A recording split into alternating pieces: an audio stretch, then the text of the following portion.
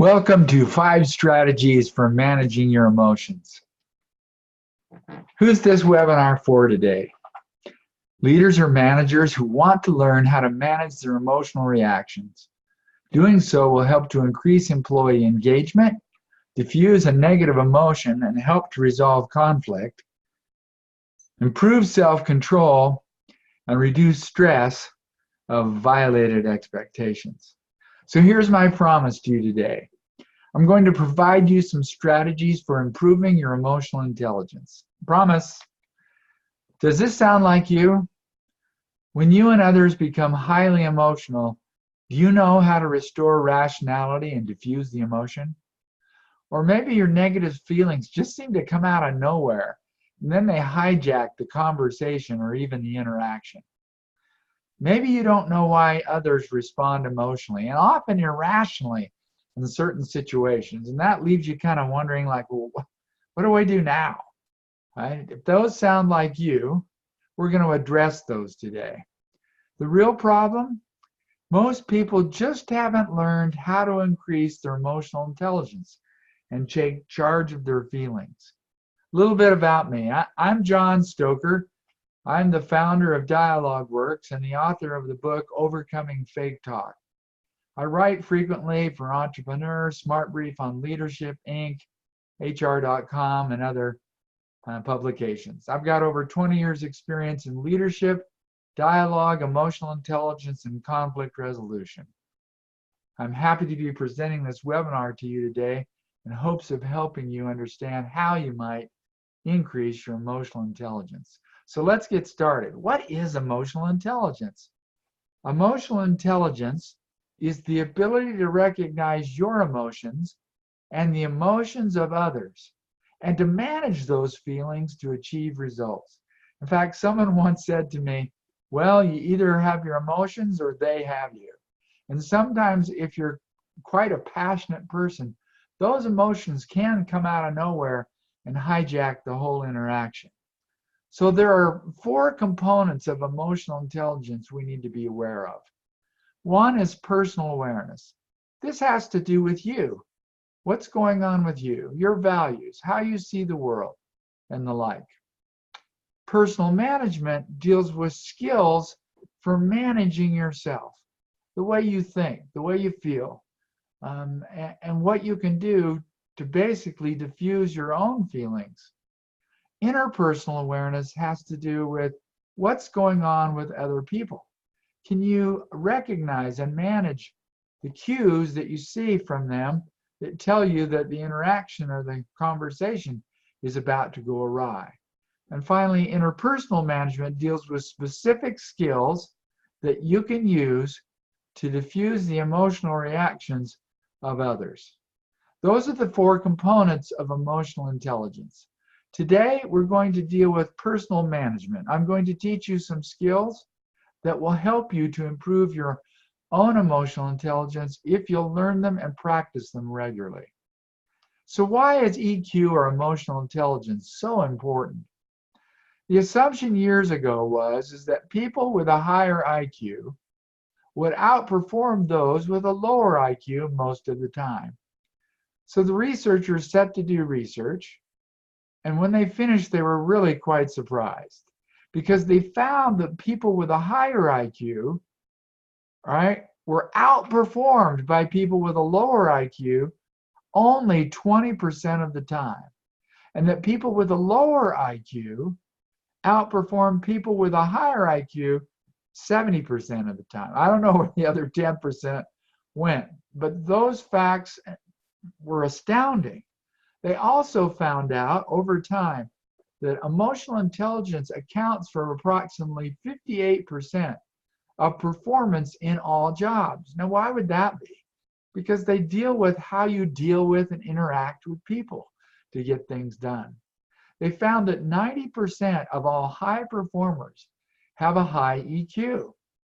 They also discovered that people with high emotional intelligence earn on an average of $29,000 more a year. So there's a financial benefit to learning how to manage yourself and your emotions. High emotional intelligence accounts for better leaders. Why? Because they know how to shape the employee experience and interact in a variety of situations with individuals that leaves individuals feeling motivated, inspired, and appreciated and respected. Emotional intelligence performers also live longer. Why? Because they can manage the stress in their lives, be it professional or personal. So why is managing our emotions so important? It's an interesting little slide that I found. Here's why. We all have a number of experiences, and we make assumptions and have judgments, and those lead to our feelings, and those feelings fill us up. That's why the slide. I really believe that we as individuals are like a glass or a container, and our emotions fill us up. And what happens is, as we interact with people, sometimes the things that they do and say, we interpret it negatively, and it's like, figuratively, they're throwing a pebble in our full glass, and that water overflows the glass and gets on everyone else. So the challenge becomes is, how do we rid ourselves of the emotional debris or pressure that fills us up and impacts how we work with others? So that's why I'm going to talk about these 5 strategies today to help you understand how to lighten your load or empty the glass or take out the trash and reduce that emotion that may be filling you up. So here we go. 5 strategies for managing emotions. Here's number 1. Finishing sentences. Well, what do I mean by finishing sentences?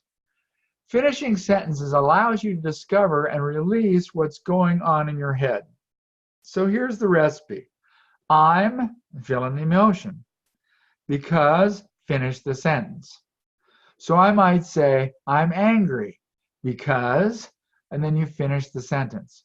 But the key here is to finish it as many times as you can. So let me give an example. Years ago, I was headed to the airport from Salt Lake to fly to Boston. The cell phone rang, and I picked it up, and it was the client, and they were frantic.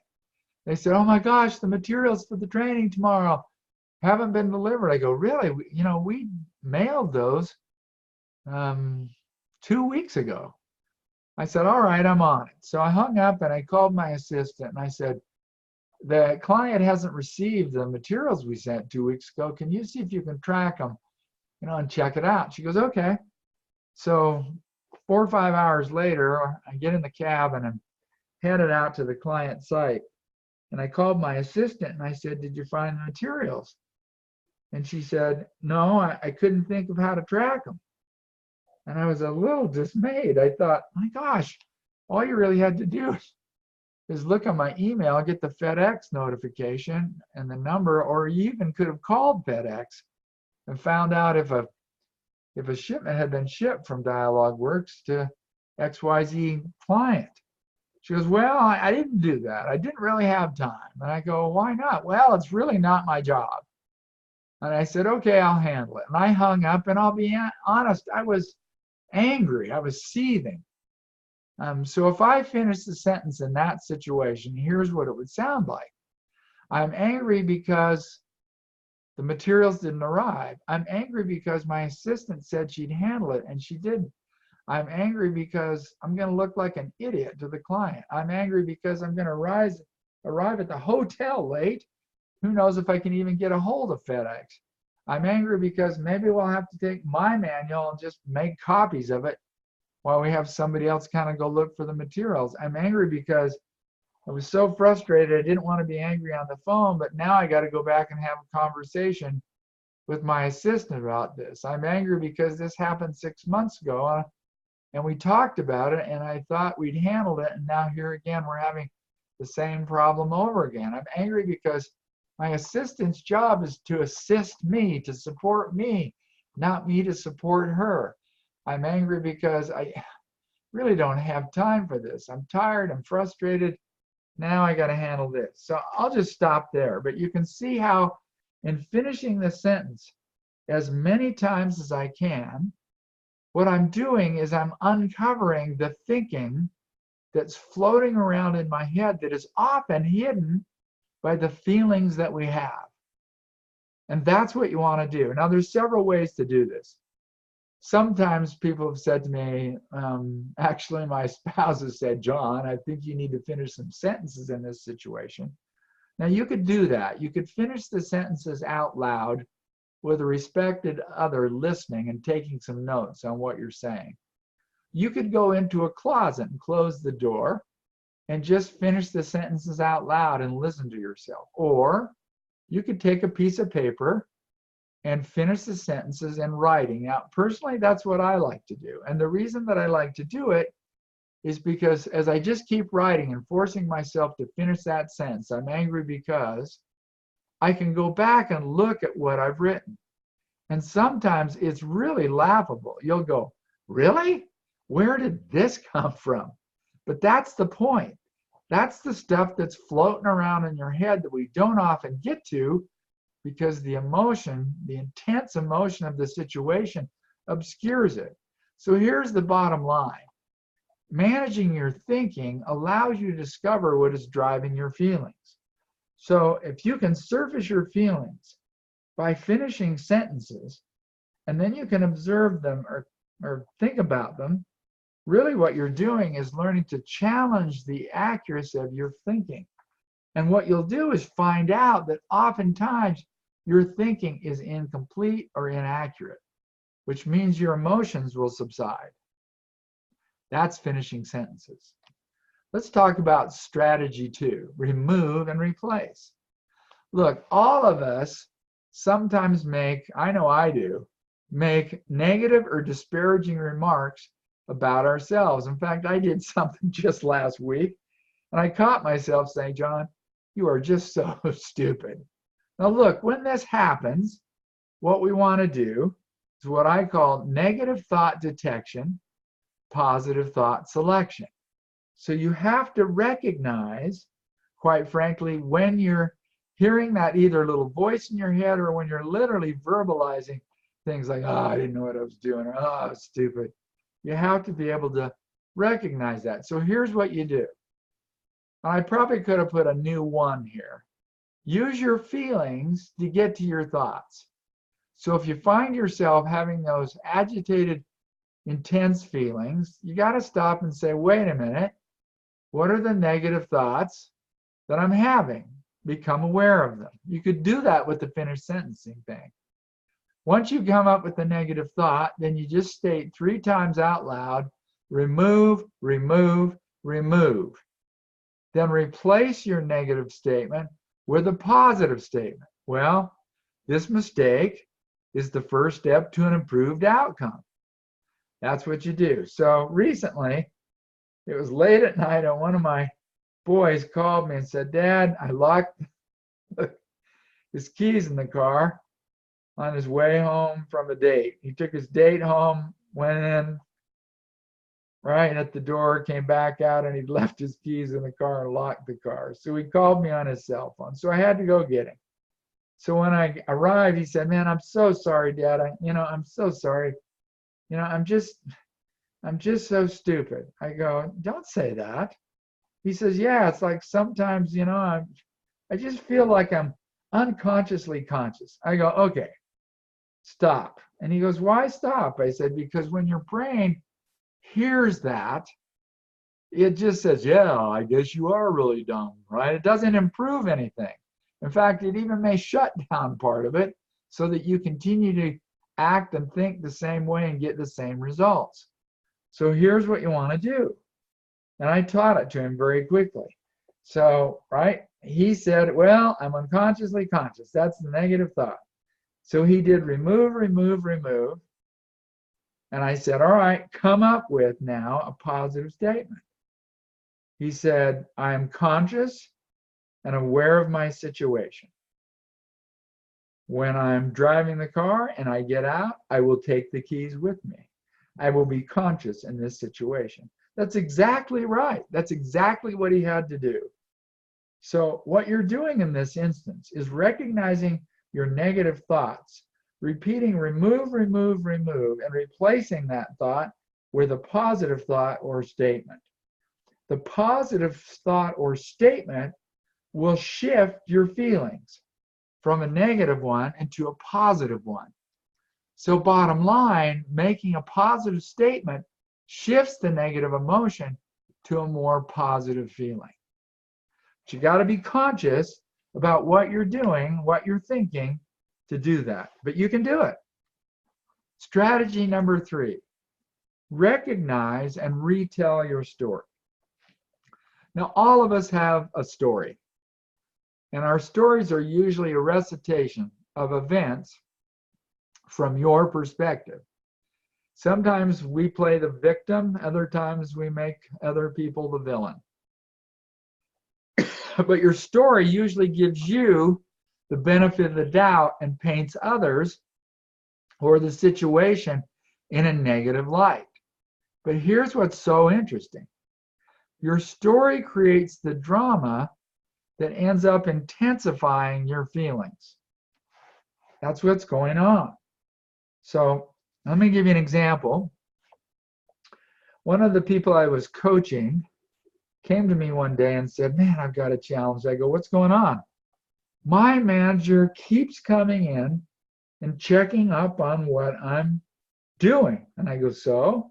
Well, it makes me think that perhaps he doesn't trust me to do my work. Like yesterday, he came in 2 times. And that was the 3rd day in a row he'd kind of done that. And I go, okay.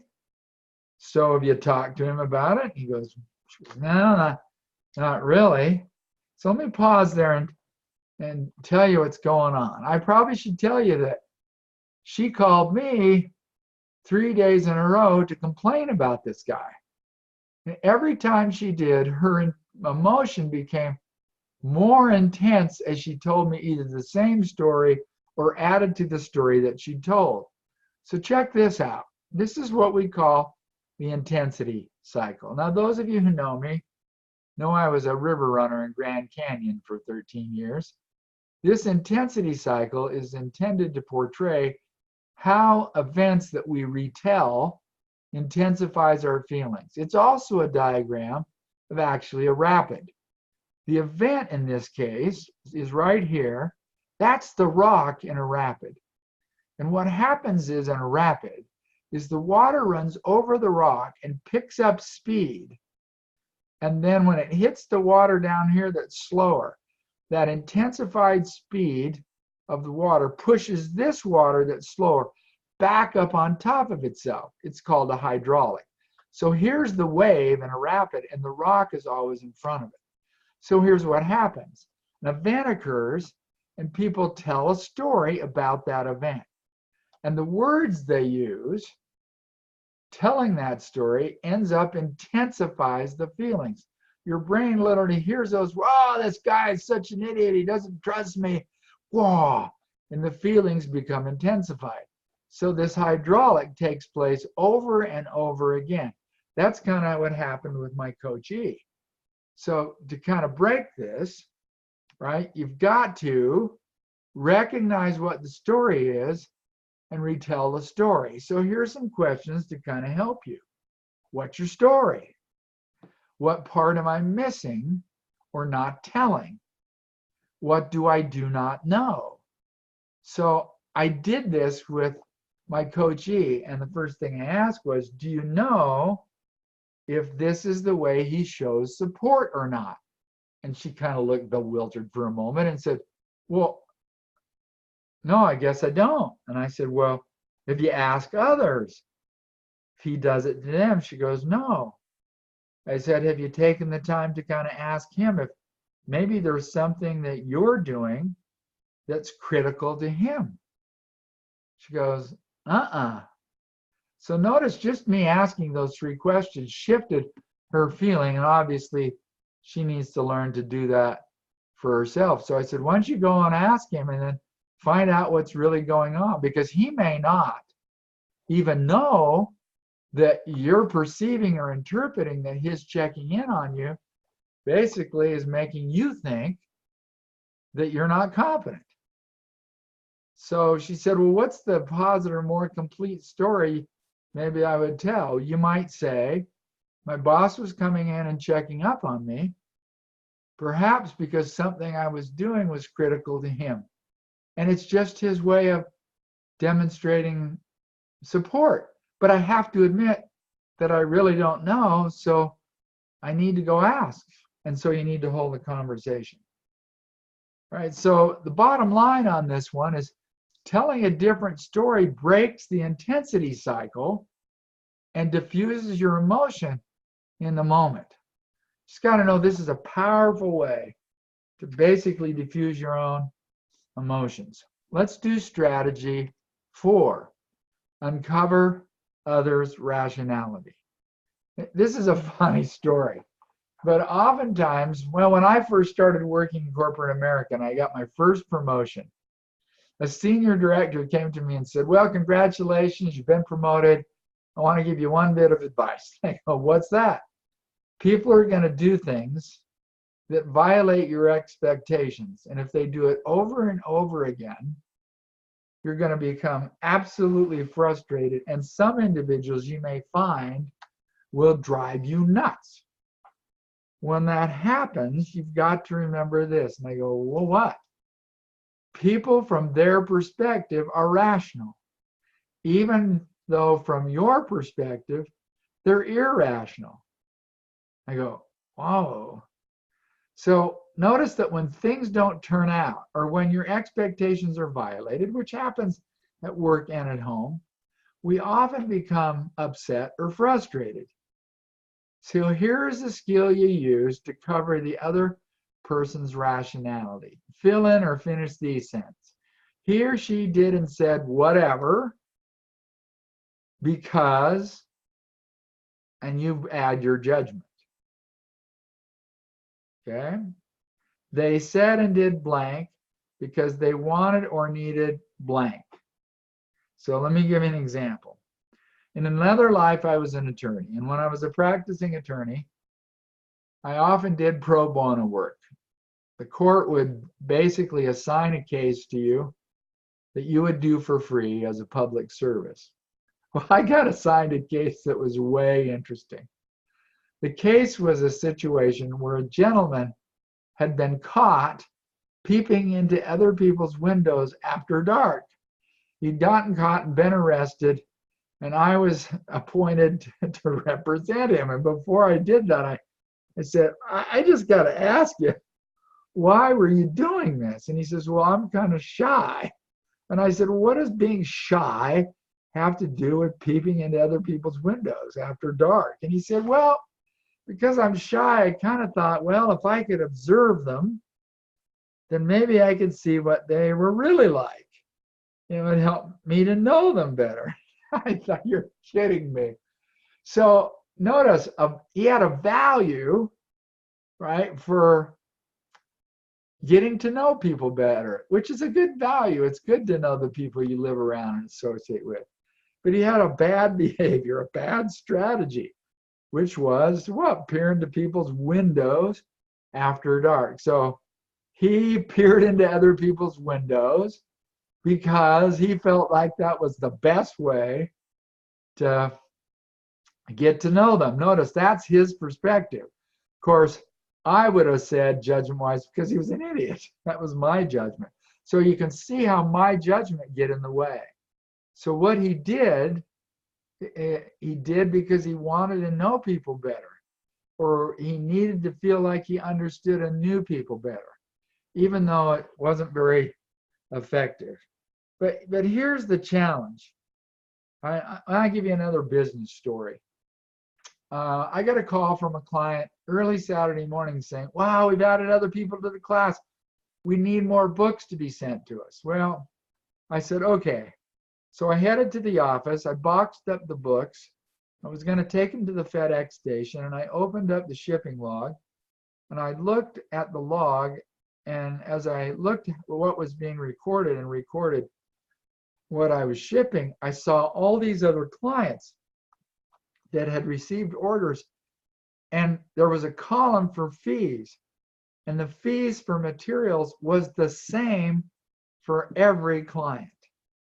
And I was frantic because what we do is we give discounts to clients based on volume and certainty, not everybody gets the same charge for materials and shipping as other clients. So, I headed to the FedEx station and immediately called my bookkeeper, and she wasn't there. And I frantically left her a message. And I did it a couple times throughout the day. Finally, Sunday morning, she reached out to me and said, I know why you were calling. You noticed the shipping log, there were all these different fees for materials. I want you to know that I wasn't swayed by that, and I charged people what we should have charged them rather than following what was in the book. But that led me to need to talk to the new shipping clerk we'd hired. I'll be honest, I was pretty ticked.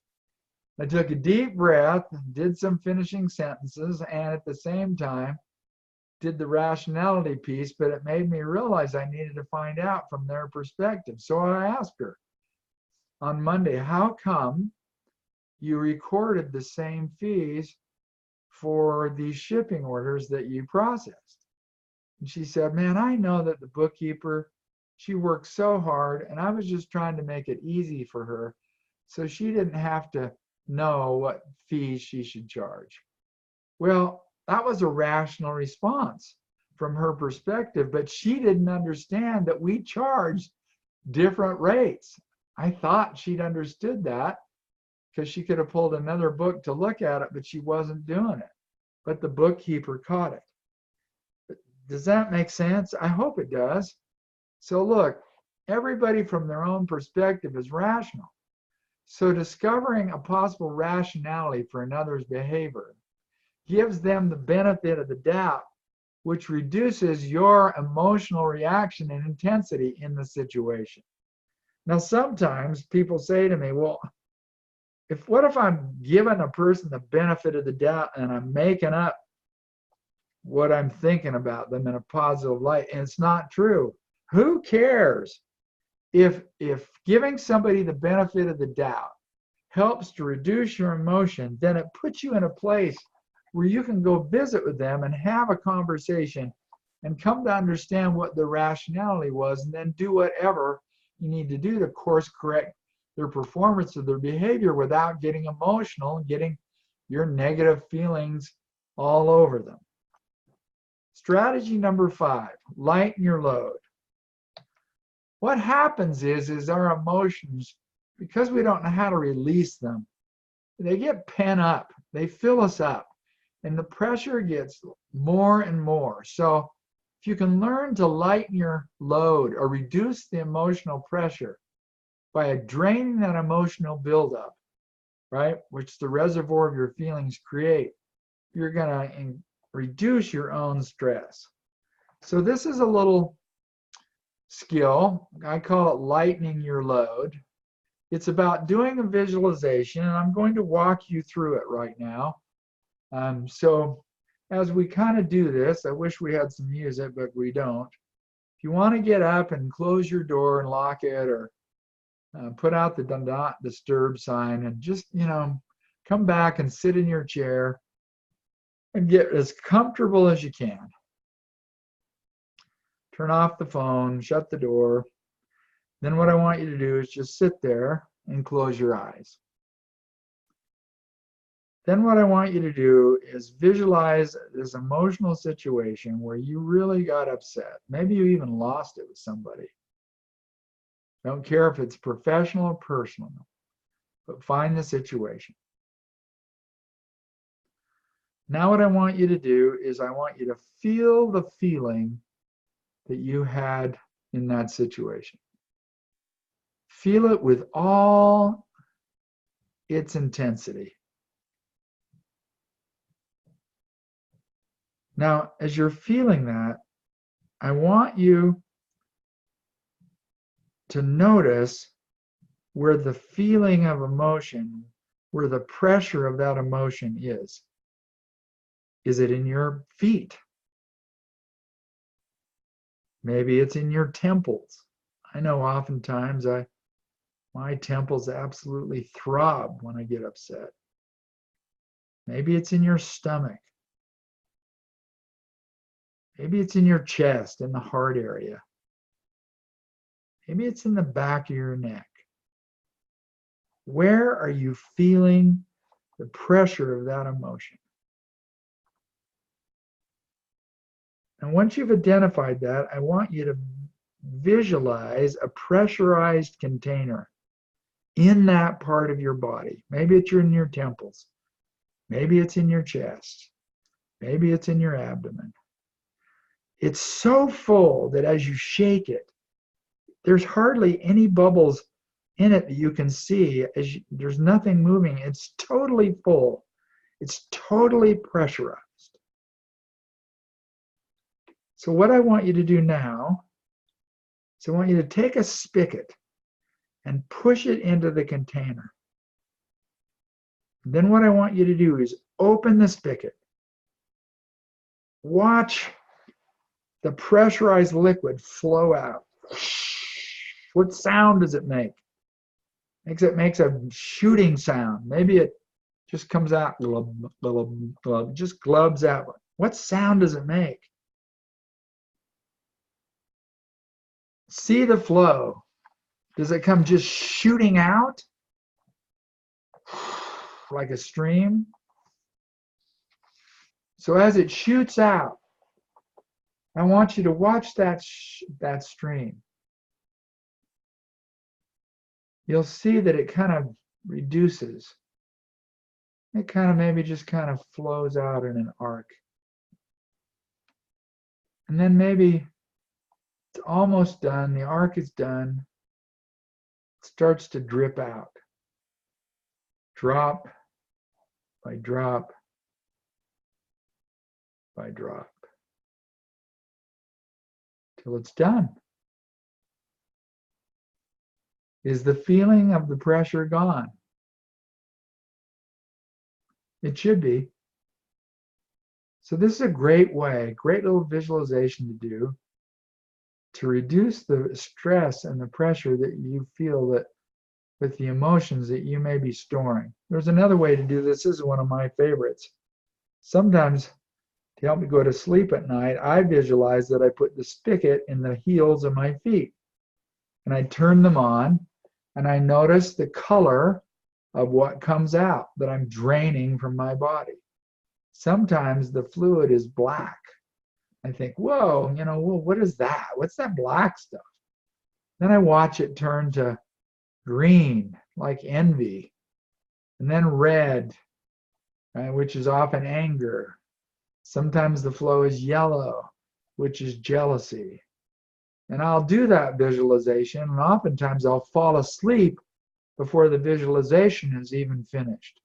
But it's a great way to kind of reduce that emotional buildup that you're feeling. So releasing your emotional energy reduces your stress and helps you to remain calm when interactions start to go awry. And that's what you want to do. So what do you do now? Look, I want you to know that you can learn to manage your emotions rather than allowing them to manage you.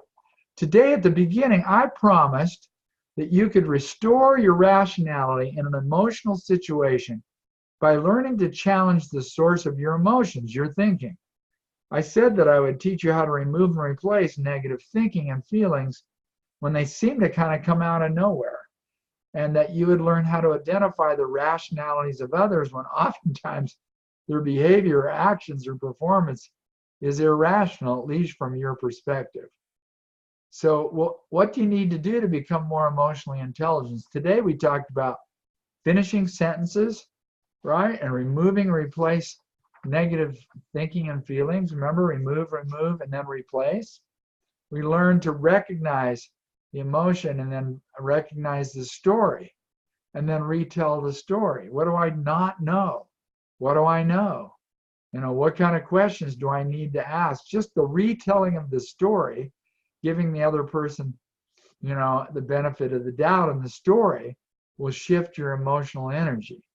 Discovering another's rationality is about looking at their behavior and asking yourself, well, what did they want or what did they need? And giving them the benefit of the doubt. Then we talked about lightening your load through visualization, using that little spigot. So look, you have a choice. Do you want to increase your emotional intelligence, If you do, you have a wonderful opportunity that's coming up. So the first thing I'd ask you to do is ask yourself, what's stopping you? Are you afraid of what I'm going to show you next? I'm going to show you an offer that I don't think you can refuse.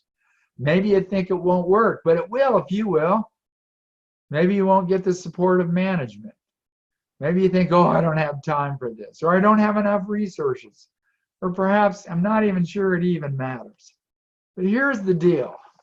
If you're a professional, what would it be worth to increase employee engagement or understand how to resolve conflict or reduce stress in your personal or professional life? Gain more control of your negative feelings. Learn how to diffuse the defensiveness in others, or even become a master meeting manager. So much oftentimes, right? Meetings go awry because people can't agree, or you got that one difficult person in the meeting and you don't know how to manage them. So look, there's an easy way and a hard way. The hard way is read another book, right? Read another article. Spend some time thinking, or attend a webinar like this. That's the hard way. The easy way is taking responsibility for developing your own EQ, your own emotional intelligence, and doing something about it. Some interesting research I uncovered from Moz, a survey that Moz did, identified that 85% of employees are unsatisfied with the quality of communication in their workplace. Another survey that was done by Clear Company HRM identified that 86% of employees and executives cited ineffective communication for workplace failures. So why am I mentioning communication? Because communicating with others is the way that oftentimes our emotional intelligence gets expressed. Emotional intelligence is how we deal with others and how we deal with ourselves.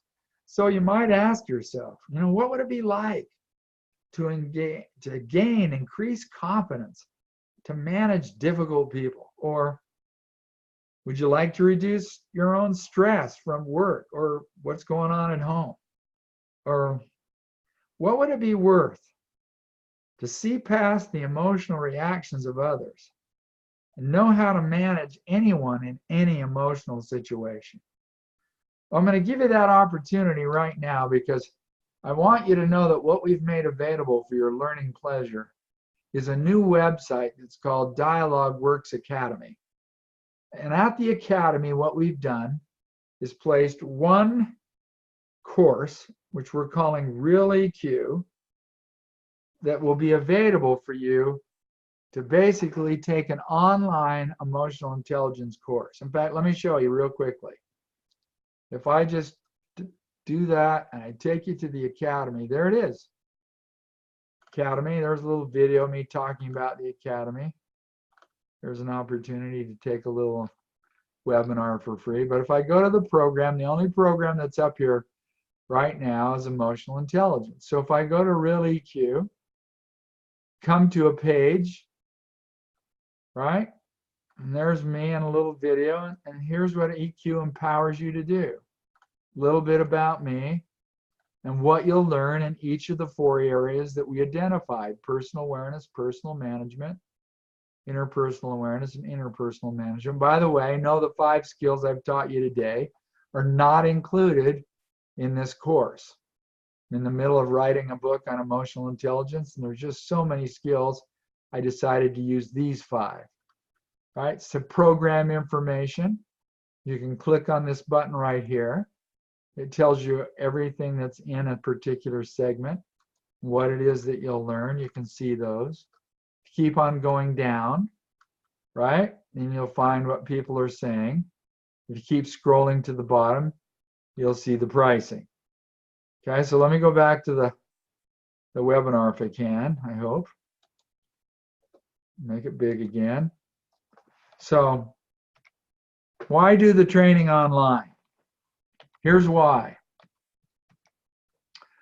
If I was to come to your location and did a training for 20 people, the price of the materials would be $4,000 plus shipping. The day facilitation fee for me or one of my facilitators is $6,000. Then you got expenses for car, airfare, lodging, parking, meals, which usually rounds at about $1,500. So the total expenses is about $11,500. But look, for online learning, it's really less expensive. It's less time consuming. It's more individually focused. You have personal accountability. There are things that you have to do. Probably could add another one, but it's self-paced, which means you can go as fast or as slow as you want. So look, if you sign up to take this emotional intelligence course that we've placed online, here's what you'll get. By the way, before I go through these, there should be a button that's popped up below these slides you can click on anytime to go and sign up. Here's what you'll get. An action planning guide, a self-assessment to assess your emotional intelligences in the 4 areas, participant training materials, group coaching calls. There's a group 1-hour coaching call on the 2nd and 4th Friday of every month that you can basically come in with other people, ask questions, get answers to those questions. You also get a one-on-one coaching call with me for 40 minutes. You can sit down and talk about what you'd like to accomplish, set some goals, and I'll hold you accountable to achieve those goals. So what is not increasing your emotional intelligence costing you? A promotion, lost income, peace of mind, loss of productivity, damaged relationships, poor decisions because people don't speak up. Maybe your solutions are not what you'd like. You've got a lot of stress at work. Employees don't seem to be engaged, so they leave. There's high turnover. There's a lack of trust on your team or within your organization. Your respect is eroding. All of that, you probably could add your own list. So I want you to know that this emotional intelligence course is available right now on DialogueWorksAcademy.com. That's where you want to go, right? If you'll sign up today, I'm going to give you a decisive person bonus. If you'll do it, I'll offer you a free coaching session, an additional one. So instead of 1, you'll get 2. We could do 1 at the beginning of the session, and when you're done, we could do another. I'll help you to identify your emotional triggers, those things that push your hot buttons. We'll set some goals. I'll hold you accountable to achieve those goals. All right? We'll make all the course content applicable to you and your challenge. Such a coaching session usually costs $300 an hour. That's what you'll get today, an additional one, if you'll sign up. So just click the button below. So again, you have a choice. You can bring someone in-house to train you and your team for $11,000 plus bucks, or you can go to the emotional intelligence course at the DialogueWORKS Academy for $497 and invite you to register today. Spaces are limited. You know where to go and sign up. Now, a couple things before you leave. Sometimes people say, well, what if I want my team to take it? Right? So if you want your team to take it, then you email me at info@dialogueworks.com because we give discounts for volume and certainty. I want you to know that you can increase your emotional intelligence. So let's get committed and get after it and do just that. Thanks for listening today. Hope to see you on the other side.